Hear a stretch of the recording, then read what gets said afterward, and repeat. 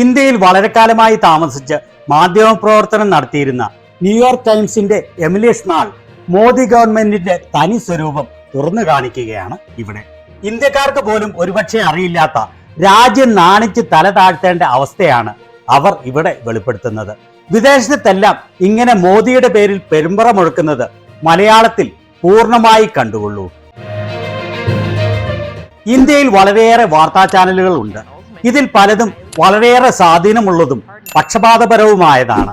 ഇന്ത്യയിലെ വാർത്താ ചാനലുകളിൽ നിറഞ്ഞു നിൽക്കുന്നത് നിർമ്മാണ ചെലവ് ഒട്ടുമില്ലാത്ത അലറി വിളിക്കുന്ന ചാനൽ ചർച്ചകളാണ്. അതിന് ഒരു ഉദാഹരണമാണ് റിപ്പബ്ലിക് ടി വി. മോദിക്ക് വേണ്ടി കുഴലൂത്ത് നടത്തുന്നവർ എന്ന് തുറന്നു സമ്മതിക്കാൻ ഒരു മടിയുമില്ലാത്തവരാണ് അവർ. മുൻപ് അവർ മാത്രമായിരുന്നു ഇങ്ങനെയുള്ളതെങ്കിൽ ഇപ്പോൾ എല്ലാ ചാനലുകളും തന്നെ മോദിക്ക് വേണ്ടി ഫേക്ക് ന്യൂസ് പ്രചരിപ്പിക്കുന്നവർ മാത്രമായി മാറിയിരിക്കുകയാണ്. ഇന്ത്യയിലെ മാധ്യമങ്ങൾ പരസ്യ വരുമാനത്തിനായി ഏറ്റവും കൂടുതൽ ആശ്രയിക്കുന്നത് ഗവൺമെന്റിനെയാണ്. കോവിഡിന് ശേഷം ഈ ആശ്രയത്വം വളരെയേറെ വർദ്ധിച്ചു. ഒരു കാലത്ത് സ്വതന്ത്ര മാധ്യമ പ്രവർത്തനം നടത്തിയിരുന്ന NDTV 2022 ലോകത്തിലെ ഏറ്റവും ധനികനായ വ്യവസായിയും മോദിയുടെ ഏറ്റവും അടുത്ത ആളുമായ ഗൗതം അദാനി തന്റെ ഗവൺമെന്റിലുള്ള സ്വാധീനം ഉപയോഗിച്ച് പിടിച്ചെടുത്തു. ഇതേ തുടർന്ന് NDTVയിൽ ഉണ്ടായിരുന്ന പല സീനിയർ എക്സിക്യൂട്ടീവുകളും രാജിവെക്കുകയും ചെയ്തു. അദാനിയുടെ സമ്പത്ത് മോദിയുടെ വളർച്ച പോലെ കുതിച്ചുയരുകയാണ് കഴിഞ്ഞ 10 വർഷങ്ങളിൽ സംഭവിച്ചത്. ഇത്രയേറെ പ്രതിസന്ധികൾ നേരിടുമ്പോഴും ഏറ്റവും ധീരമായ മാധ്യമ പ്രവർത്തനം നടത്തുന്നത് സ്വതന്ത്രമായ ചെറിയ ചെറിയ ഡിജിറ്റൽ മാധ്യമ സ്ഥാപനങ്ങളാണ്. അവരെ പിന്തുണയ്ക്കുന്നവർ നൽകുന്ന ഡൊണേഷനുകളും ഗ്രാന്റുകളും വായനക്കാരുടെ സബ്സ്ക്രിപ്ഷനും ഉപയോഗിച്ചാണ് അവർ സ്വതന്ത്രമായ അന്വേഷണാത്മക പത്രപ്രവർത്തനം നടത്തുന്നത്. പക്ഷേ ഈ മാധ്യമ പ്രവർത്തകർ മോദി ഗവൺമെന്റിൽ നിന്നും വളരെയേറെ സമ്മർദ്ദങ്ങളും നിയമ നടപടികളും പീഡനങ്ങളും അടിച്ചമർത്തലുകളും നേരിടുകയാണ്. 2012 ഇന്ത്യയിൽ ഇന്റർനെറ്റിന്റെ ഉപയോഗം വളരെ പരിമിതമായിരുന്നു. ഇന്ന് ഇന്ത്യയിലെ 140 കോടി ജനങ്ങളിൽ പകുതിയിലേറെ പേരും ഇന്റർനെറ്റ് ഉപയോഗിക്കുന്നവരാണ്. ഓക്സ്ഫോർഡ് യൂണിവേഴ്സിറ്റിയുടെ റോയിറ്റേഴ്സ് ഇൻസ്റ്റിറ്റ്യൂട്ടിന്റെ കണക്ക് പ്രകാരം ചൈനക്കാരും അമേരിക്കക്കാരും ചേർന്ന് ഉപയോഗിക്കുന്നതിനേക്കാൾ ഡേറ്റ ഇന്ത്യക്കാർ ഇന്ന് ഉപയോഗിക്കുന്നുണ്ട്. ഇന്ത്യക്കാരുടെ പ്രധാന വാർത്താ ഉറവിടം യൂട്യൂബും വാട്സാപ്പുമാണ്. പക്ഷേ ഈ ഡിജിറ്റൽ റെവല്യൂഷന് ഒരു ഇരുണ്ട വശമുണ്ട്. വാട്സാപ്പ് പോലെയുള്ള മാധ്യമങ്ങൾ ഫേക്ക് ന്യൂസുകൾ പടച്ചുവിടുന്ന ഫാക്ടറി ആണ്. അതുവഴി ഫേക്ക് ന്യൂസുകളും കപട ദേശീയ പ്രൊപ്പഗാൻഡയും കാട്ടുതീ പോലെയാണ് പടർത്തുന്നത്. വാട്സാപ്പിലൂടെയുള്ള ഫേക്ക് ന്യൂസുകൾ വഴി ആളുകളിൽ വിഷം കുത്തിവെച്ച് അക്രമത്തിന് പ്രേരിപ്പിക്കുന്നു. ഇതിനെ വിവരിക്കാൻ വാട്സാപ്പ് കൊലപാതകങ്ങൾ എന്ന ഒരു വാക്ക് തന്നെ ഉണ്ടായിരിക്കുകയാണ്. ഇതിന് ഒരു ഉദാഹരണമാണ് CAAയുടെ പേരിൽ നടന്ന സമരത്തിൽ ഹിന്ദുത്വ തീവ്രവാദികൾ സമരം ചെയ്തുകൊണ്ടിരുന്ന മുസ്ലിമുകളെ അതികഠിനമായി മർദ്ദിച്ചത്. ഇന്ത്യയിൽ താമസിച്ച് വളരെയേറെ വർഷം മാധ്യമപ്രവർത്തനം നടത്തിയ ഞാൻ ഇതിൽ നേരിടുന്ന പ്രതിസന്ധികൾ നേരിട്ട് കണ്ടിട്ടുള്ളതാണ്. ഡിജിറ്റൽ പ്ലാറ്റ്ഫോമുകൾ വഴി ഊതി വീർപ്പിച്ച ഫേക്ക് ന്യൂസുകൾ ദിനംപ്രതിയാണ് ജനങ്ങളുടെ ഫോണുകളിലേക്ക് ഇടതടവില്ലാതെ പ്രവഹിച്ചുകൊണ്ടിരിക്കുന്നത്. മോദി ഗവൺമെന്റ് അവരുടെ അളവില്ലാത്ത പണം കൊണ്ട് അവരെ വിമർശിക്കുന്ന റിപ്പോർട്ടുകളെയും അത് റിപ്പോർട്ട് ചെയ്യുന്ന മാധ്യമപ്രവർത്തകരെയും നിയമപാലകരെ ഉപയോഗിച്ചും രാഷ്ട്രീയ സ്വാധീനം ഉപയോഗിച്ചും നിരന്തരം ഭീഷണിപ്പെടുത്തുകയും അവർക്കെതിരെ സംസാരിക്കുന്ന ശബ്ദങ്ങളെ അടിച്ചമർത്തുകയും ചെയ്യുന്നു. മോദിയുടെ PR മെഷീനറി സമാനതകൾ ഇല്ലാത്തതാണ്. വളരെ സൂക്ഷ്മമായി ഫേക്ക് ന്യൂസുകളാൽ വാർത്തെടുത്ത മോദിയുടെ ഇല്ലാത്ത ഇമേജ് അദ്ദേഹം ഒരു ദൈവത്തെ പോലെയാണ് എന്ന രീതിയിലാണ് പ്രചരിപ്പിക്കുന്നത്. മോദിയുടെ ഭരണം എന്നത് സ്വന്തം ഇമേജ് പെരുപ്പിച്ച് കാണിക്കാനുള്ള PR വർക്കുകൾ മാത്രമാണ്. രാജ്യമെമ്പാടും മോദിയുടെ പോസ്റ്ററുകളും ബാനറുകളും സ്ഥാപിച്ചും മൻ കി ബാത്ത് നടത്തിയും അത്യാഡംബരപൂർവമായ ഉദ്ഘാടനങ്ങൾ നടത്തിയും തന്റെ കപട ഹിന്ദു ദേശീയത ആളുകളിൽ ഊട്ടിയുറപ്പിക്കുന്നു. മോദി ഫേക്ക് ഇമേജ് പ്രചരിപ്പിക്കാനും കപട ദേശീയത പ്രചരിപ്പിക്കാനും ഉപയോഗിക്കുന്ന കണക്കില്ലാത്ത പണം അവർക്ക് വലിയ നേട്ടങ്ങളാണ് നൽകിയത്. കാരണം കൂടുതൽ ആൾക്കാർ ഈ ഫേക്ക് ന്യൂസുകളും കപട പ്രചാരണങ്ങളും സത്യമാണെന്ന് വിശ്വസിക്കുന്നു.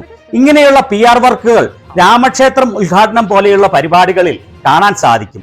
ഈ രാമക്ഷേത്രം പണിതുയർത്തിയിരിക്കുന്നത് 1992 2000 ആളുകളുടെ മരണത്തിനിടയാക്കിയ ഹിന്ദുത്വ ദേശീയവാദികളുടെ തീവ്രവാദ പ്രവർത്തനത്തിലൂടെ നശിപ്പിച്ച 450 വർഷത്തിലേറെ പഴക്കമുള്ള ഒരു മോസ്ക് നിലനിൽക്കുന്ന സ്ഥലത്താണ്.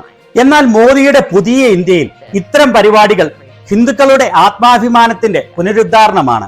ഇത്തരം പരിപാടികളിലൂടെ അവർ ഓരോ ചുടുകട്ടകളായി പൊളിച്ച് ഇന്ത്യയുടെ ചരിത്രം തിരുത്തി എഴുതുകയാണ്. മോസ്കോ നിന്നിരുന്ന ഈ സ്ഥലം പിടിച്ചെടുത്ത് അവിടെ ഹിന്ദു ദൈവമായ അയോധ്യയിൽ ജനിച്ചതെന്ന് ഹിന്ദുക്കൾ കരുതുന്ന രാമനു വേണ്ടി ഒരു ക്ഷേത്രം നിർമ്മിക്കുക എന്നുള്ളത് ദശാബ്ദങ്ങളായി ഹിന്ദുത്വ ദേശീയതയുടെ അടിസ്ഥാന ശിലയാണ്. 1990കളിൽ അതിരുകടന്ന ഒരു തീവ്ര ആശയമായിരുന്ന ഇത് ഇപ്പോൾ നരേന്ദ്രമോദിയുടെ ഈ വർഷത്തെ പുനർതെരഞ്ഞെടുപ്പിന്റെ അടിസ്ഥാന ശിലയായി മാറിയിരിക്കുകയാണ്. പണിതീരാത്ത രാമക്ഷേത്രത്തിന്റെ ജനുവരിയിലെ ഉദ്ഘാടനം ഒരു അത്യാഡംബരപൂർവമായ ദേശീയ അവധി ദിവസമായിരുന്നു. പ്രതിപക്ഷ പാർട്ടിയായ AAP ഭരിക്കുന്ന ഡൽഹി പോലും അധ്യാപകർക്ക് പ്രധാനമന്ത്രി രാമക്ഷേത്രം ഉദ്ഘാടനം ചെയ്യുന്ന പരിപാടി TV-യിൽ കാണുന്നതിനു വേണ്ടി അര ദിവസത്തെ അവധി സ്കൂളുകൾക്ക് നൽകുകയുണ്ടായി. ഇതേസമയം രാജ്യം നേരിടുന്ന പ്രധാന പ്രശ്നങ്ങളായ ചൈനയുടെ കടന്നുകയറ്റം, കഴിഞ്ഞ 10 വർഷങ്ങളായി യുവാക്കൾക്കും പ്രത്യേകിച്ച് സ്ത്രീകൾക്കും ആവശ്യമായ തൊഴിൽ നൽകാൻ പരാജയപ്പെട്ട ഒരു സാമ്പത്തിക രംഗം, വടക്കു കിഴക്കൻ സംസ്ഥാനങ്ങളിലെ കലാപം എന്നിവയ്ക്ക് ഇന്ത്യയിലെ മീഡിയകൾ ഒരു പ്രാധാന്യവും കൊടുക്കുന്നില്ല. ഇന്ത്യയുടെ ഭാഗമായ കിഴക്കൻ ലഡാക്കിൽ 20 ഇന്ത്യൻ സൈനികരാണ് ചൈനീസ് സൈനികരുടെ ആക്രമണത്തിൽ 2020-ൽ കൊല്ലപ്പെട്ടത്. എന്നാൽ മോദി ഗവൺമെന്റ് ശ്രദ്ധ കേന്ദ്രീകരിച്ചിരിക്കുന്നത് ഇത്തരം കാര്യങ്ങളെക്കുറിച്ച് സംസാരിക്കുന്നത് നിയന്ത്രിക്കാനും അവരുടെ തെറ്റുകളെയും കഴിവില്ലായ്മയും ചൂണ്ടിക്കാണിക്കുന്ന മാധ്യമപ്രവർത്തകരെയും മീഡിയകളെയും അടിച്ചമർത്താനും മാത്രമാണ്. അടുത്തയിടെ ഫൈനാൻഷ്യൽ ടൈംസിന് നൽകിയ ഒരു ഇന്റർവ്യൂവിൽ അഴിമതിയെക്കുറിച്ച് ചോദിച്ചപ്പോൾ മുൻവിധികളെ മാറ്റേണ്ട ആവശ്യകതയെക്കുറിച്ചാണ് മോദി സംസാരിച്ചത്. അദ്ദേഹം പറഞ്ഞത്, ഇന്ത്യ ലോകത്തിലെ ഏറ്റവും വളർച്ച നേടുന്ന എക്കോണമി ആയത് തെളിയിക്കുന്നത് നിങ്ങൾ പറഞ്ഞ പ്രശ്നങ്ങൾ ഒന്നും രാജ്യത്തില്ല എന്നാണ്. പ്രശ്നങ്ങൾ ഉണ്ടെന്നുള്ളത് തെറ്റിദ്ധാരണ മാത്രമാണ്. ആ തെറ്റിദ്ധാരണകൾ മാറാൻ സമയം എടുക്കുമത്രേ. തെറ്റിദ്ധാരണകൾ മാറ്റുക എന്നുള്ളത് മോദി ഗവൺമെന്റിനെ സംബന്ധിച്ചിടത്തോളം മോദിയുടെ ഫേക്ക് ഇമേജ് എല്ലായിടത്തും പ്രചരിപ്പിക്കുക മാത്രമല്ല, മോദിയുടെ തെറ്റുകളെ ചോദ്യം ചെയ്യുന്നവരെ ശിക്ഷിക്കുക എന്നത് കൂടിയാണ്. ഞാൻ കണ്ട ഏറ്റവും അലോസരപ്പെടുത്തുന്ന ഒരു പ്രവണത നിയമ സംവിധാനങ്ങളെ ഉപയോഗിച്ച് ഭീഷണിപ്പെടുത്തി എതിർശബ്ദങ്ങളെ അടിച്ചമർത്തുന്നതാണ്. സ്വന്തം ജോലി നിഷ്പക്ഷമായി ചെയ്തതിന്റെ പേരിൽ മാധ്യമപ്രവർത്തകർ നിരവധി റെയ്ഡുകളും അറസ്റ്റുകളും ജയിൽ ശിക്ഷ വരെയും അനുഭവിക്കേണ്ടി വരുന്നു. പെഗസസ് പോലെയുള്ള ചാരപ്രവർത്തനം നടത്തുന്ന സ്പൈവെയറുകളെ ഉപയോഗിച്ച് മാധ്യമപ്രവർത്തകരെ നിരീക്ഷിക്കുകയും അവർക്കെതിരെ രാജ്യദ്രോഹ കുറ്റവും ഭീകരപ്രവർത്തന കുറ്റവും ചാർജ് ചെയ്യുകയും സർവ്വസാധാരണമാണ്.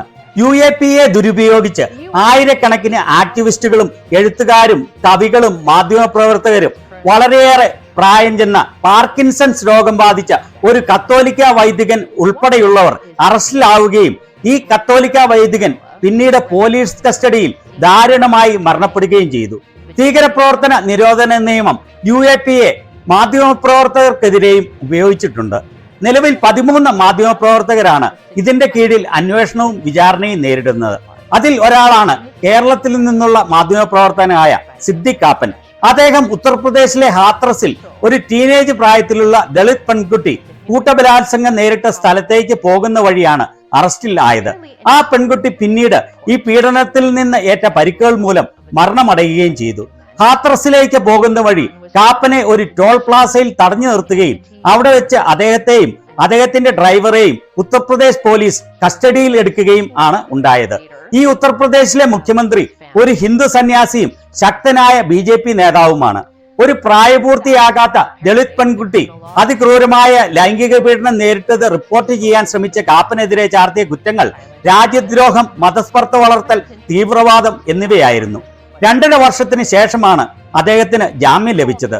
അവർ ആഗ്രഹിച്ചതുപോലെ നിയമ സംവിധാനങ്ങളെ ദുരുപയോഗം ചെയ്ത് മാധ്യമപ്രവർത്തകരെ ഉദ്ദേശിച്ചതുപോലെ ഭീഷണിപ്പെടുത്താനും ഭീകരാന്തരീക്ഷം സൃഷ്ടിക്കാനും നാവ് ചങ്ങലക്കിടാനും കഴിയാതെ വന്നതുകൊണ്ട് മോദി ഗവൺമെന്റ് ഓൺലൈൻ മാധ്യമ പ്രവർത്തനം അവരുടെ ഇഷ്ടത്തിനനുസരിച്ച് നിയന്ത്രിക്കുന്നതിന് വേണ്ടി പുതിയ ഒരു നിയമം കൊണ്ടുവന്നു. ഈ പറയപ്പെടുന്ന IT റൂളുകൾ ഒരു ഗവൺമെന്റ് ഫാക്ട് ചെക്കിംഗ് യൂണിറ്റ് ഉണ്ടാക്കി. അതിന്റെ ഏക ഉദ്ദേശം എന്ന് പറയുന്നത് ഗവൺമെന്റിന്റെ ഭാഷയിൽ പറഞ്ഞാൽ ഗവൺമെന്റിനെ കുറിച്ചുള്ള ഫേക്കും ഫാൾസും തെറ്റിദ്ധാരണജനകവുമായ വാർത്തകൾ കണ്ടുപിടിക്കുന്നതിനാണ്. ഇങ്ങനെ ഐഡന്റിഫൈ ചെയ്ത വാർത്തകളെ ഡിലീറ്റ് ചെയ്യാൻ അത് പോസ്റ്റ് ചെയ്ത പ്ലാറ്റ്ഫോമുകളോട് ആവശ്യപ്പെടും. ഈ അടുത്ത കാലത്ത് പേരുകേട്ട ഇൻവെസ്റ്റിഗേറ്റീവ് മാഗസിനായ കാരവൻ ഇന്ത്യൻ ആർമി 3 ആളുകളെ പീഡിപ്പിച്ച് കൊലപ്പെടുത്തിയതായി കൊടുത്ത ഒരു വാർത്ത ഡിലീറ്റ് ചെയ്യേണ്ടി വന്നു. തങ്ങളുടെ പ്രൊപ്പഗാൻഡയ്ക്ക് എതിരായി പ്രവർത്തിക്കുന്ന മാധ്യമ പ്രവർത്തകരെയും തിങ്ക് ടാങ്കുകളെയും അഡ്വക്കസി ഗ്രൂപ്പുകളെയും അടിച്ചമർത്തുന്നതിനു വേണ്ടി ടാക്സ് ഡിപ്പാർട്ട്മെന്റിനെ മോദി ഗവൺമെന്റ് ഒരു ആയുധമായി ഉപയോഗിക്കുന്നു. ഇങ്ങനെ ലക്ഷ്യം വച്ചതിൽ ചിലത് Amnesty international, green peas, centre for policy research, എന്നിങ്ങനെ ലോകം മൊത്തം പ്രവർത്തിക്കുന്ന നിഷ്പക്ഷ സ്ഥാപനങ്ങളാണ്. സ്വതന്ത്ര മാധ്യമ പ്രവർത്തനത്തെ അടിച്ചമർത്തുന്നതിന്റെ വളരെയേറെ ഉദാഹരണങ്ങളുണ്ട്. മാധ്യമ സ്ഥാപനങ്ങളെ റെയ്ഡ് ചെയ്യുകയും അവരുടെ റിപ്പോർട്ടേഴ്സിനെ ജയിലിലടയ്ക്കുകയും അവരുടെ സ്വകാര്യതയെയും ജീവിതത്തെയും തകർക്കുകയും ചെയ്ത പല സംഭവങ്ങളും. കഴിഞ്ഞ വർഷം ഇതേ സമയത്ത് നികുതി അധികാരികൾ BBC-യുടെ ഓഫീസ് റെയ്ഡ് ചെയ്തു. 2002 ഗുജറാത്ത് കലാപത്തിൽ മോദിയുടെ പങ്കിനെ കുറിച്ചുള്ള അന്വേഷണാത്മകമായ ഡോക്യുമെന്ററി പബ്ലിഷ് ചെയ്തതിന്റെ പേരിലായിരുന്നു ഈ നടപടി. മോദി സർക്കാർ ഈ അവസരത്തിൽ പുതിയ IT റൂളുകൾ പ്രകാരം യൂട്യൂബിനെയും ട്വിറ്ററിനെയും ഭീഷണിപ്പെടുത്തി ഇതിന്റെ ലിങ്കുകൾ നീക്കം ചെയ്തു. ഹിന്ദുത്വ ദേശീയവാദികൾ സോഷ്യൽ മീഡിയ ചാനലുകൾ ഉപയോഗിച്ച് സമൂഹത്തിൽ വിദ്വേഷവും വിശ്വാസമില്ലായ്മയും മുസ്ലിമുകൾക്കെതിരെ കലാപവും ആസൂത്രണം ചെയ്യുകയും ചെയ്യുന്നു. എനിക്ക് മുമ്പേ പ്രസംഗിച്ച പ്രൊഫസർ വാർഷിനെ പറഞ്ഞതുപോലെ ഇന്ത്യ മുസ്ലിങ്ങളെ രണ്ടാം തരം പൗരന്മാരായി തരം താഴ്ത്തുന്നതിനുള്ള അവരുടേതായ ഒരു ജിം ക്രോസ് സിസ്റ്റം സൃഷ്ടിച്ചുകൊണ്ടിരിക്കുകയാണ്. മോദി സർക്കാരിന്റെ കീഴിൽ പീഡനം അനുഭവിക്കുന്ന മാധ്യമപ്രവർത്തകരുടെ ഇടയിൽ മുസ്ലിം മാധ്യമപ്രവർത്തകരാണ് ഏറ്റവും വലിയ പീഡനം അനുഭവിക്കുന്നത്. ഞാൻ മുൻപ് പറഞ്ഞ UAPA പ്രകാരം നടപടി നേരിടുന്ന 13 മാധ്യമപ്രവർത്തകരിൽ 9 പേരും മുസ്ലിങ്ങൾ ആണ്. ഇന്ത്യയിലെ ഏക മുസ്ലിം ഭൂരിപക്ഷ മേഖലയായ കാശ്മീരിൽ 2019 ഡൽഹിയിൽ നിന്ന് ഭരണം നടത്തുന്നവർ ഇന്റർനെറ്റ് നിരോധനം വഴി പരിപൂർണ കമ്മ്യൂണിക്കേഷൻ ബ്ലാക്ക് ഔട്ട് ഉണ്ടാക്കി. അന്ന് അവർ കാശ്മീരിന്റെ സംസ്ഥാന പദവി പിൻവലിക്കുകയും അവരുടെ സ്വയംഭരണ അവകാശം കവർന്നെടുക്കുകയും ചെയ്തു. അതിനു മുൻപും പിൻപും കാശ്മീരിൽ നിന്നുള്ള ലേഖകർ സ്ഥിരമായി അന്വേഷണങ്ങളും ജയിൽ ശിക്ഷയും അനുഭവിക്കുന്നു. കാശ്മീർ പ്രസ് ക്ലബിനെ 2022 മോദി സർക്കാർ ബലം പ്രയോഗിച്ച് പൂട്ടിച്ചു. വനിതാ മാധ്യമ പ്രവർത്തകർ, പ്രത്യേകിച്ച് മുസ്ലിം വനിതകൾ, നേരിട്ടുള്ള ഓൺലൈൻ അധിക്ഷേപങ്ങൾക്ക് വിധേയരാവുകയും അവരിൽ കുറേയേറെ പേരുടെ വിവരങ്ങൾ ഫേക്ക് ഓപ്ഷൻ ആപ്പുകളിൽ പ്രസിദ്ധീകരിച്ച് അവരെ അപമാനിക്കുകയും ചെയ്തു. ഇങ്ങനെ ഫേക്ക് ഓപ്ഷൻ സൈറ്റിൽ വ്യക്തിഗത വിവരങ്ങൾ ഷെയർ ചെയ്യപ്പെട്ട 20-ലധികം വനിതാ മാധ്യമ പ്രവർത്തകർ മോദി സർക്കാരിന്റെ പ്രവർത്തനത്തെ വിമർശിച്ചവരും മോദി ഗവൺമെന്റിന്റെ പോളിസികൾ കൊണ്ട് മൈനോറിറ്റികൾക്ക് നേരെ ഉണ്ടാകുന്ന പീഡനങ്ങളെക്കുറിച്ച് സംസാരിച്ചവരും ആയിരുന്നു. ഇവരെല്ലാവരും ഓൺലൈൻ മാധ്യമ സ്ഥാപനങ്ങളിൽ ജോലി ചെയ്തിരുന്നവർ ആയിരുന്നു. അവസാനമായി ഇന്ത്യയിൽ അസോസിയേറ്റഡ് പ്രസിന് വേണ്ടിയും ന്യൂയോർക്ക് ടൈംസിന് വേണ്ടിയും മാധ്യമപ്രവർത്തനം നടന്ന എനിക്ക് നേരിടേണ്ടി വന്ന അനുഭവങ്ങളെക്കുറിച്ച് പറയാൻ ആഗ്രഹിക്കുകയാണ്. ഇന്ത്യയിലുള്ള എന്റെ സഹപ്രവർത്തകർക്ക് ഉണ്ടായിരുന്നതിനേക്കാൾ അവകാശങ്ങൾ ഒരു വിദേശ പത്രപ്രവർത്തക എന്ന നിലയിൽ എനിക്ക് ആദ്യകാലങ്ങളിൽ ലഭിച്ചിരുന്നു. എന്നാൽ പിന്നീട് അവസ്ഥ വളരെയധികം ശത്രുതാപരമായി മാറുകയും എന്നെ പോലെയുള്ള വിദേശ മാധ്യമ പ്രവർത്തകർക്ക് വരെ പീഡനങ്ങളും അതിൽ കൂടുതലും നേരിടേണ്ടിയും വന്നു.